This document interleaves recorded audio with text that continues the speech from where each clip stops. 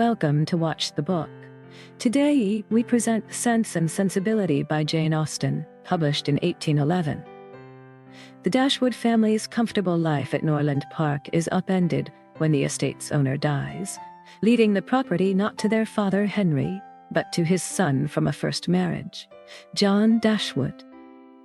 Soon after, Henry Dashwood himself passes away. On his deathbed, he extracts a solemn promise from John to look after his stepmother and three half-sisters, Elinor, Marianne, and Margaret. John Dashwood, a man of weak resolve, initially plans to give his sisters £3,000. However, his cold and selfish wife, Fanny, swiftly persuades him that this would impoverish their own son. Without warning, Fanny moves her family into Norland, immediately assuming the role of mistress and demoting the grieving Dashwood women to the uncomfortable status of guests in their own home. The eldest daughter, Elinor, is the picture of composure and good sense, a counselor to her mother. In contrast, 17-year-old Marianne is passionate and expressive, her sorrows and joys knowing no moderation.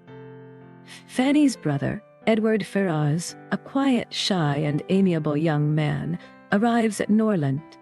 He feels out of place in his family, who wish him to be a man of worldly distinction and ambition. A deep and unspoken attachment blossoms between Elinor and Edward. They connect through their shared goodness and sense, though Edward's reserved manner makes the extent of his feelings unclear. Mrs. Dashwood and Marianne, while fond of Edward's kind heart, are disappointed by his lack of outward passion, viewing his calm demeanor as a deficiency of spirit, unworthy of Elinor. Elinor defends Edward to her sister, insisting that his true worth and excellent taste are hidden beneath a layer of profound shyness, and that she has grown to find his character truly handsome. Despite her own feelings, Elinor confides in Marianne that she has doubts about a future with Edward, citing his financial dependence on his domineering and ambitious mother, Mrs. Ferrars.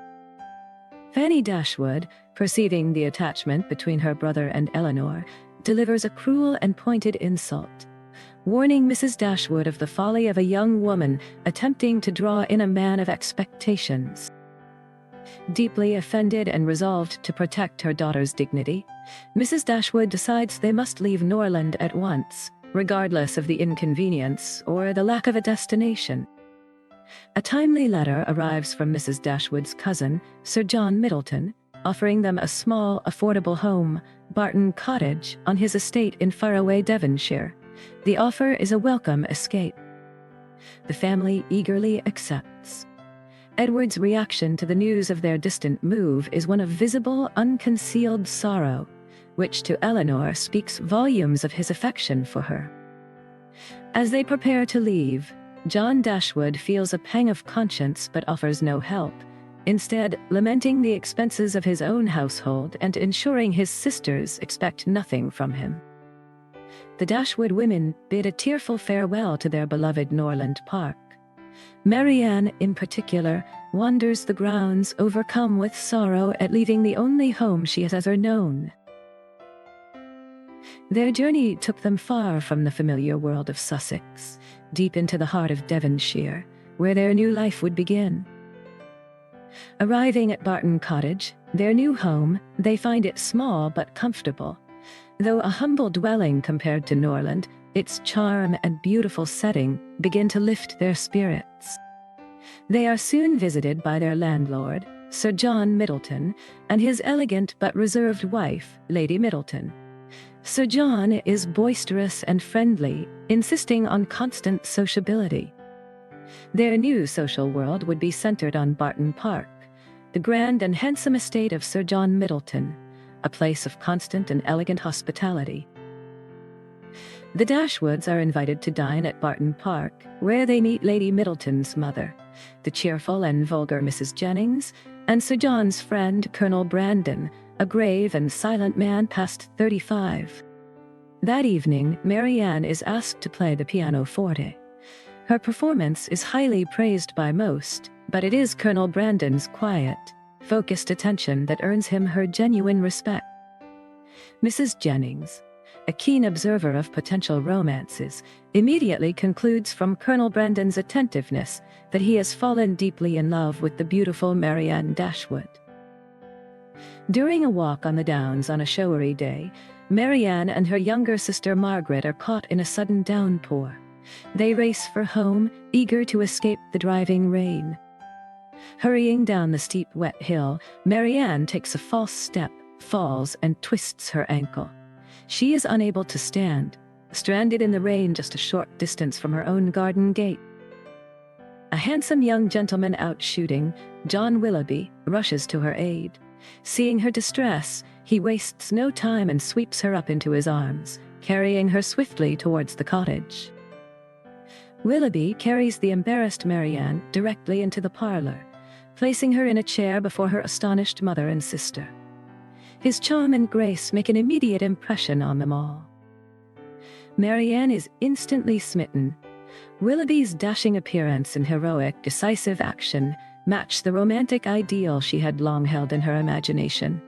The pain of her ankle is forgotten. Willoughby calls the next morning to inquire after Marianne. They quickly discover a powerful kinship, sharing the same favorite books, passages, and a mutual passion for music and dancing. A whirlwind romance ensues. Willoughby becomes a daily visitor at the cottage, and his society becomes Marianne's greatest joy. They read, talk, and sing together, entirely absorbed in one another. Elinor watches the rapid, unguarded intimacy with concern. She respects Willoughby's lively spirit, but cautions Marianne against such open and unreserved displays of affection before a formal engagement. During this time, Elinor becomes more aware of Colonel Brandon's deep and sincere regard for Marianne. She views it with compassion, knowing his quiet nature stands no chance against his rival. Willoughby and Marianne make no secret of their disdain for the colonel, openly mocking his serious demeanor and advanced age, which they consider a barrier to any genuine feeling or spirit. Willoughby offers Marianne a horse, a grand and improper gift. Elinor, appealing to her sister's love for their mother, persuades her of the expense and impropriety, and forces her to decline it. Willoughby accepts the refusal but whispers to Marianne that the horse, Queen Mab, will be kept for her until she can claim it, implying a future together in a home of their own. Margaret witnesses Willoughby clip a lock of Marianne's hair, kiss it, and place it in his pocketbook. This act convinces Elinor that they are, without a doubt, secretly engaged. The object of Willoughby's inheritance, and the subject of Marianne's daydreams, was a nearby estate known as Allenham Court. A planned party is abruptly cancelled when Colonel Brandon receives a mysterious letter and is forced to depart for London immediately, offering no explanation for his haste. In the colonel's absence, Willoughby seizes the opportunity to take Marianne on a private tour of Allenham Court, the estate he is due to inherit, treating it as if it were already theirs. Marianne returns to describe to Elinor, in glowing detail, her plans for redecorating a particular room at Allenham, reinforcing her sister's belief that her marriage to Willoughby is certain. The next day, Willoughby arrives at the cottage, not to visit, but to announce his sudden and indefinite departure for London on business for his benefactress, Mrs. Smith. His farewell is bewilderingly brief and confused. He declines Mrs. Dashwood's warm invitation to visit again soon, leaving Marianne in a state of shock and violent, uncontrollable affliction. Marianne gives herself over completely to her sorrow, wandering the lanes near Allenham and spending hours at her pianoforte, courting the misery of her memories and refusing all consolation. Elinor, deeply concerned, begins to doubt the very nature of the attachment, as days pass with no letter from Willoughby, a silence that seems incompatible with a genuine engagement. While out walking, the sisters spot a rider approaching. Marianne, in a rapture, is convinced it is Willoughby returning, only to be met with disappointment when it proves to be Edward Ferrars. Edward's visit brings little cheer. He appears more melancholy and reserved than ever, and his distant manner towards Elinor worries her and puzzles the rest of her family. During breakfast, Marianne points out a ring on Edward's finger containing a plait of hair. She assumes it is Elinor's, but Edward's deep embarrassment confirms Elinor's fear that it is another's. After a short, constrained visit, Edward departs, leaving Elinor more convinced than ever that some secret sorrow or prior obligation is the cause of his strange and inconsistent behavior. The Dashwoods meet the Miss Steeles, relations of Mrs. Jennings. The younger sister, Lucy, is pretty and clever, but her manner strikes Elinor as insincere and wanting in true elegance. Lucy Steele soon singles out Elinor, seeking her friendship and confidence with a peculiar and pointed earnestness, making many inquiries about Mrs. Ferrars, Edward's mother. During a private walk, Lucy stuns Elinor by revealing a profound secret. She has been secretly engaged to Mr. Edward Ferrars for the past 4 years, an attachment formed when he was her uncle's pupil. As proof, Lucy produces a miniature portrait of Edward. Elinor, though her heart sinks, recognizes the likeness at once. The truth of the engagement is now undeniable and devastating. Bound by her promise to Lucy, Elinor must now conceal her own heartbreak and the knowledge of Edward's impossible situation from her mother and Marianne, bearing her sorrow in complete silence. She now understands the source of Edward's melancholy. He is trapped in an unhappy engagement of honor to a woman he does not love, while his heart clearly belongs to another. Mrs. Jennings invites the sisters to London.